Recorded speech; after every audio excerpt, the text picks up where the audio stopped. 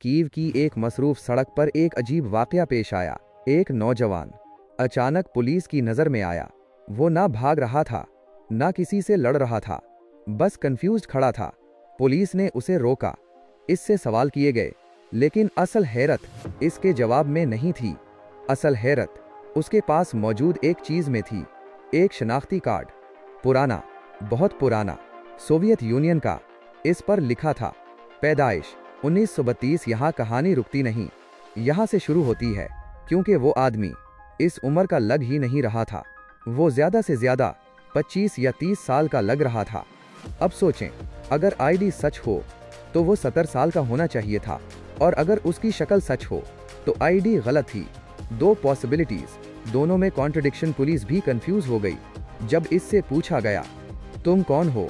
का जवाब दिया, सर्गे पोनोमरेंको। फिर एक और सवाल, ये कौन सा साल है?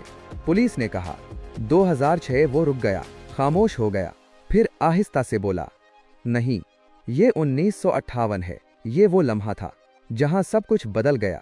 ये कोई मजाक नहीं लग रहा था, वो संजीदा था। उसके चेहरे पर उलझन थी, खौफ भी था, जैसे वो वाकई अपनी दुनिया से बाहर आ गया हो। पुलिस ने इसे मजीद जांचने का फैसला किया। तब एक और चीज सामने आई। इसके हाथ में एक कैमरा था, यशिका फ्लेक्स। ये कोई मॉडर्न कैमरा नहीं था, ये 1950s का मॉडल था, पुराना लेकिन फंक्शनल। पुलिस ने कहा, फिल्म डेवलप करो, और यही वो कदम था जिसने मिस्ट्री को और गहरा कर दिया। तस्वीर सामने आई, और वो आम नहीं थी। ये कीव था, लेकिन आज वाला नहीं, 1950s वाला कीव। पुरानी गाड़ियाँ, पुराने साइन बोर्ड, पुराने कपड़े। ये सिर्फ रैंडम इमेजेस नहीं थी, ये हिस्ट्री थी, फ्रोजन इन टाइम।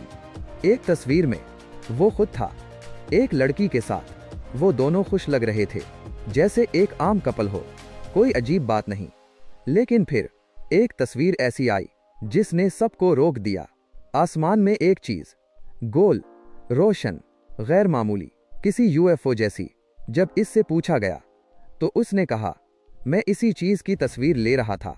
फिर एक रोशनी आई और सब कुछ बदल गया। मैं यहां आ गया।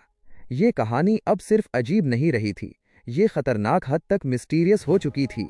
पुलिस ने उसे एक कमरे में रखा, दरवाजा बंद किया गया, विंडोज सिक्योर थी, निगरानी भी थी, यानी एस्केप मुमकिन नहीं था।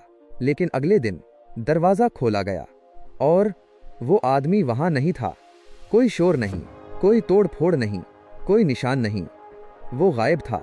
ये केस अब एक लेजेंड बन चुका था। कुछ लोगों ने रिकॉर्ड्स चेक किए, और एक हैरानकुन चीज मिली। 1960s में एक शख्स इसी नाम से गायब हुआ था, सर्गे पोनोमरेंको।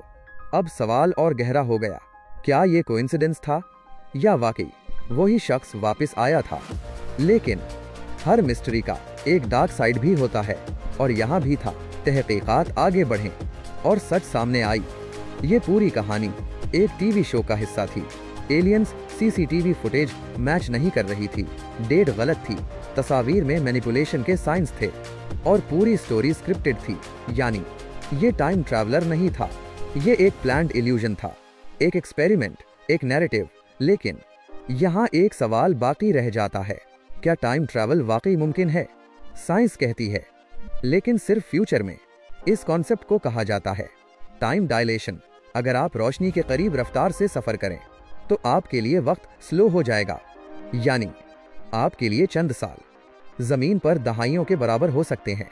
ये थियरी नहीं, ये एक्सपेरिमेंट से साबित हो चुका है। लेकिन माजी में जाना, ये अब भी इम्पॉसिबल समझा जाता है, क्योंकि ये लॉजिक को तोड़ देता है, पैराडॉक्स पैदा करता है। तो सर्गे पोनोमरेंको एक झूठ था या एक क्लेवर स्टोरी? शायद दोनों। लेकिन एक बात वाज़ेह है, इस कहानी ने एक सवाल छोड़ दिया है। अगर कल कोई वाकई वक्त से निकल कर आ जाए तो क्या हम इस पर यकीन करेंगे, या इसे भी एक और कहानी समझकर इग्नोर कर देंगे?